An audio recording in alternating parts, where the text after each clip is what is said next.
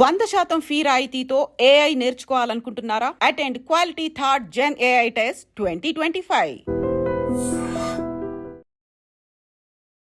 నమస్కారం, welcome to I dream. Health talks with Vijitha కార్యక్రమానికి స్వాగతం. ప్రస్తుతం మనతో పాటు ఉన్నారు general consultant doctor V Aditya Ranganath గారు. ఇప్పుడు వారితో మాట్లాడేద్దాం. నమస్తే అండి. నమస్తే అండి. ఎలా ఉన్నారు? బాగున్నాను మ్యామ్, థ్యాంక్ యూ. అయితే షుగర్ చాలా పెద్ద సమస్యగా మారిపోతుంది. చిన్నపిల్లల నుంచి పెద్దవాళ్ళ వరకు చాలా మందిలో చూస్తున్నాం. ఆహార రీత్యా కొంతమందికి వస్తే, జెనెటిక్స్ పరంగా కొంతమందికి, ఏదేమైతేనేంటి అందరిలో ఈ సమస్య అయితే ఎక్కువగా. ఇంట్లో నలుగురు ఉంటే ఇద్దరికి ఈ సమస్య చూస్తూనే ఉన్నాం. ఒకవేళ షుగర్ని రివర్స్ చేయాలి అంటే గనక అవకాశం ఉందంటారా? ఉంటే గనక ఆ టిప్స్ ఏంటో తెలియజేయండి. సో ఇప్పుడు డయాబెటీస్ వచ్చింది, లేకపోతే బీపీ వచ్చింది, థైరాయిడ్ వచ్చింది, లేకపోతే వాట్ ఎవర్, ఇదివరకు మనం విన్నది ఏంటి అని అంటే ఒక్కసారి వస్తే లైఫ్ లాంగ్ అది తగ్గడానికి ఆస్కారం లేదు. సో మనం ఏం చేయొచ్చు, కంట్రోల్లో పెట్టుకోవాలి. సో డ్రగ్స్, అదే మన మెడిసిన్ తీసుకుంటాము రెగ్యులర్గా, ఆపకుండా తీసుకుంటే కంట్రోల్లో ఉంటుంది కాబట్టి భయపడాల్సిన అవసరం లేదని చెప్తారు. అయిపోయింది, అది అక్కడతో అయిపోయింది. బట్ ఇప్పుడు రీసెంట్ అంటే చాలా ఇయర్స్ నుంచి మనకి తెలిసిందే ఏంటి అని అంటే వీటన్నిటిని కూడా మనం రివర్స్ బ్యాక్ చేసుకోవచ్చు. కాకపోతే ఆ పద్ధతి తెలియక, చాలా మంది అవేర్నెస్ లేక ఇంకా అదే భయంతో ఇప్పటికీ ఉన్నారు. అంటే ఒక్కసారి వస్తే తగ్గదు, మనం ఖచ్చితంగా టాబ్లెట్స్ మీద బ్రతకాలి లైఫ్ లాంగ్. సగం ఆ థాటే ఇంకా అనారోగ్యం తీసుకొస్తుంది అనమాట. సో అసలైన నిజం ఏంటి అని అంటే డయాబెటీస్ని కూడా మనం రివర్స్ చేసుకోవచ్చు ఖచ్చితంగా. అంటే నేను చెప్తుంది రివర్స్ అంటే పూర్తిగా డయాబెటీస్ అసలు లేకుండానే మనం ఫర్దర్గా మనం జీవించవచ్చు, మన లైఫ్ లీడ్ చేయవచ్చు. అవకాశం ఖచ్చితంగా ఉంది. అంటే ఆరోగ్య సూత్రాలు పాటించడం వల్ల ఏంటండి మరి అవి? సో మెయిన్గా ఇప్పుడు డయాబెటీస్ రావడానికి కారణం ఒకటి ఇన్సులిన్ రెసిస్టెన్స్.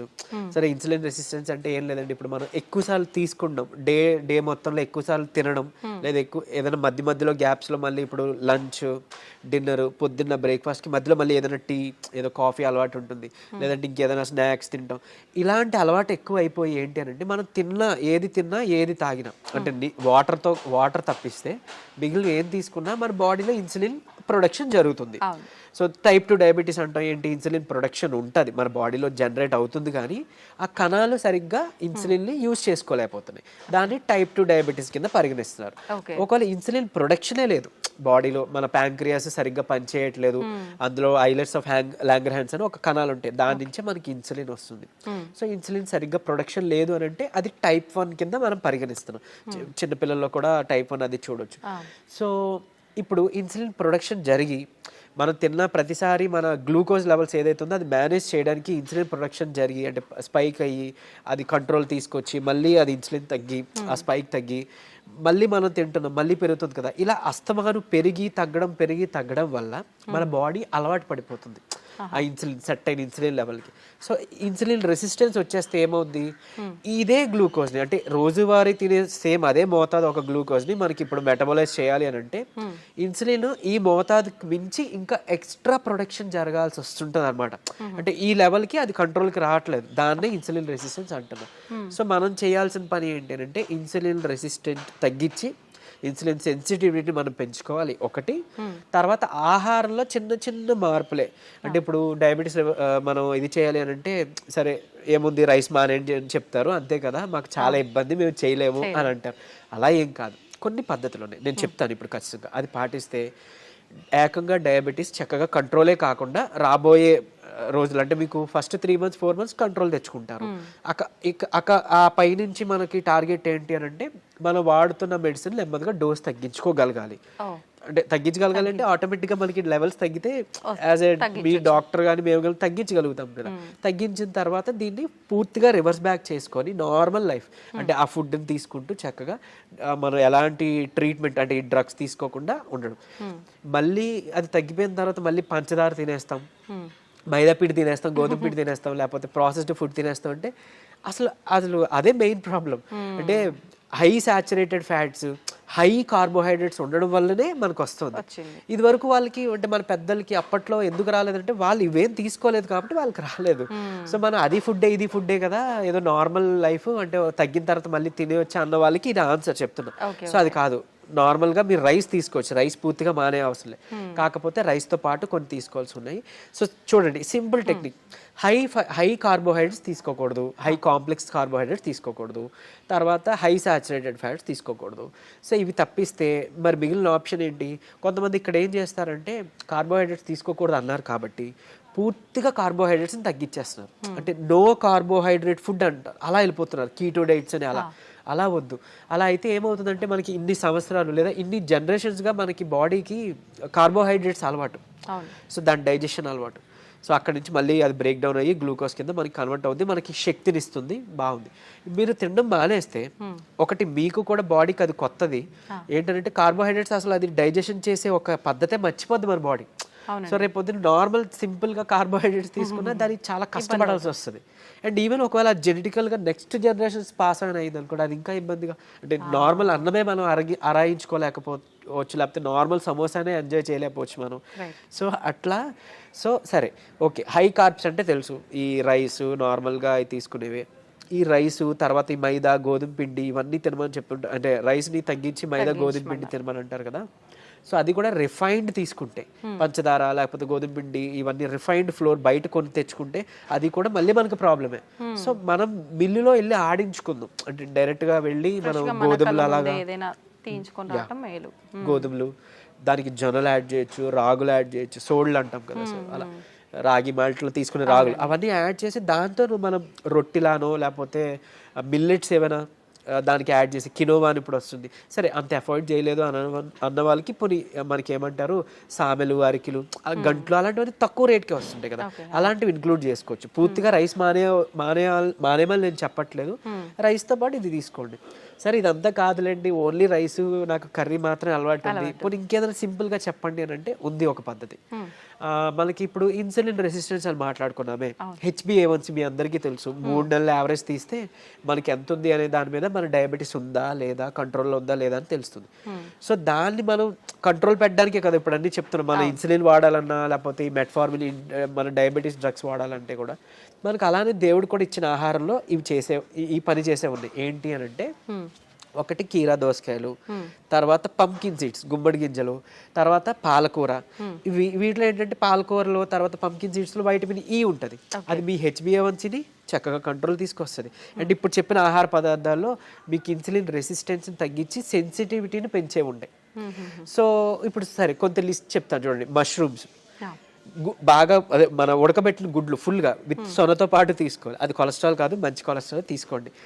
సో తర్వాత నెయ్యి, తర్వాత మన కీరా దోసకాయలు, తర్వాత ఓట్స్, గ్రీన్ పీస్ అదే మన పచ్చి బఠానీలు, తర్వాత రాజ్మా, కిడ్నీ బీన్స్ అంటాం రాజ్మా, అలానే మిగిలిన బీన్స్ కూడా చక్కగా మిగిలిన రకాల బీన్స్, చిక్కుళ్ళు బీన్స్ ఇట్లాంటివన్నీ తీసుకుంటే కనుక ఇవన్నీ కూడా మీ ఇన్సులిన్ రెసిస్టెన్స్ని తగ్గించినవే. సో మీ ఇష్టం, గుడ్లు ఇప్పుడు ఆమ్లెట్ రూపంలో తీసుకోండి, నిద్రకి పనికి వస్తుంది ఆమ్లెట్, ప్లస్ దీనికి కూడా హెల్ప్ అవుతుంది. సో ఈ ఫుడ్ని మీరు కంపల్సరీగా క్యాబేజీ, కాలీఫ్లవరు, సో బ్రాకోలీ కానీ ఇలాంటి ఇవన్నీ కూడా మీ ఫుడ్ డైలీ ఫుడ్లో ఏదో ఒక రూపంలో ఇంక్లూడ్ చేసుకోండి. ఏదో ఒక్క పదార్థమైనా అట్లీస్ట్ కర్రీ, మనం అది వదిలేసి మిగిలినవేవో తీసుకున్నామంటే మళ్ళీ కంట్రోల్కి రాదు, మీ అందరికీ తెలిసిందే. చాలామంది ఎక్కువ పాలకూర కూడా తినరు, సో అట్లా. లేదంటే మునగాకు ఉంది, సో మునగాకును కూడా మీరు పౌడర్ రూపంలో చేసుకోవచ్చు, ఎండబెట్టేసి చక్కగా పౌడర్ చేసుకొని ఒక చెంచా యాడ్ చేసుకోండి ఒక ముద్దకి, అన్నంతో పాటు రైస్తో తీసుకోవచ్చు, హాట్ వాటర్లో కూడా తీసుకోవచ్చు, మజ్జిగలో కలిపి తీసుకోవచ్చు. ఇది ఒక మనిషికి డైలీ లిమిట్ ఒక చెంచా.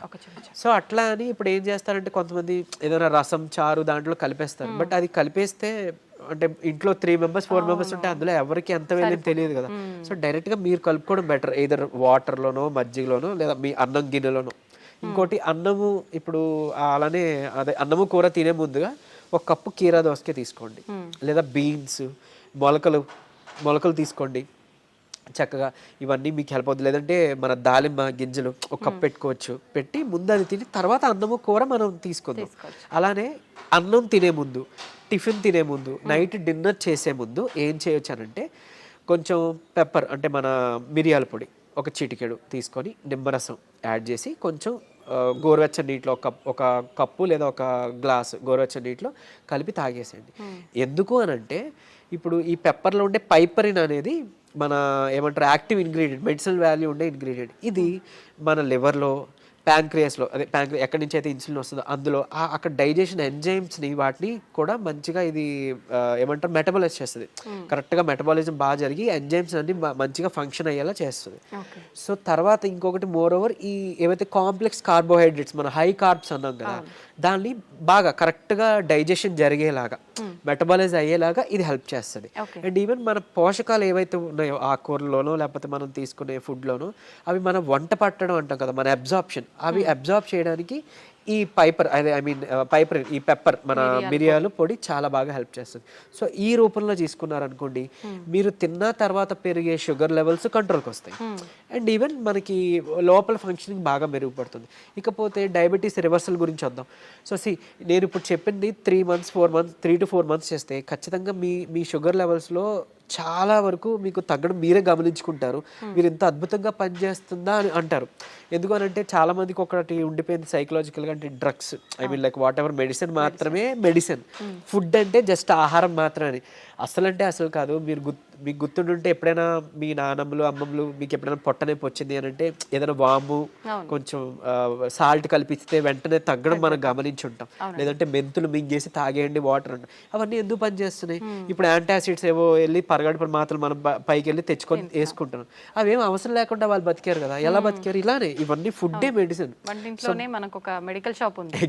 ఎగ్జాక్ట్లీ మనకి ఏదైనా అనారోగ్యం వస్తుంటే మెడికల్ షాప్ కి మనం బయటకు వెళ్ళవద్దు, మన కిచెన్ లోకి వెళ్ళాలన్నమాట. యాక్చువల్గా పోపుల డబ్బాలే మనకి డ్రగ్ ఇది అన్నట్లు స్టోర్ అన్నట్టు. సో ఖచ్చితంగా ఇది వర్క్ అవుతుంది. అండ్ మోర్ ఓవర్ అంటే ఇప్పుడు మన బెర్రీస్ నుంచి ప్లాంట్స్ నుంచి ఎక్స్ట్రాక్ట్ చేసిన బెర్బరిన్ అనేది ఒక సప్లిమెంట్ ఉంటుంది ఆబ్వియస్లీ. సరే అది అందరూ వాడాల్సిన అవసరం లేదు కానీ ఒక బూస్టప్ కింద పనికి వస్తుంది. అంటే ఎలా అయితే మనకి డయాబెటీస్ని మనకి తగ్గించడానికి మెట్ఫార్మిన్ అనే ఒక మెడిసిన్ తీసుకుంటున్నామో సేమ్ ఇది కూడా అదే పని చేస్తుంది. కానీ బట్ మెట్ఫార్మిన్తో వచ్చే వైటమిన్ B12 డెఫిషియన్సీ ఇందులో లేదు, ఈ బెర్బరిన్లో లేదు. సరే ఓకే అవైలబుల్ ఉన్న వాళ్ళు వాడుకుంటారు, అందరూ ఇది వాడాలని రూల్ లేదు. కానీ బట్ ఈ సింపుల్ టిప్స్ పాటించండి. ఇది ఒకటి. తర్వాత ఖచ్చితంగా ఒక 5 minutes వాకింగ్ ఉంటే చాలు. 5 minutes వాకింగ్ అంటే తిన్న తర్వాత ఒక 10 నిమిషాలు అలా 5 minutes వాకింగ్ చేస్తే చాలు. మీ ఆఫీస్ ఏరియా, మీ బెడ్రూమ్, మీ హాల్ ఎక్కడైనా ఆయాసం రావాలి, చెమటలు పట్టాలి, ఇట్లానే వాకింగ్ చేస్తేనే మనకి వర్కౌట్ అయినట్టు అని అస్సలు కాదు. బాడీ మూమెంట్ ఉండాలి. సో అది చేసుకుంటే చాలు డయాబెటీస్ మనకి తగ్గుతుంది.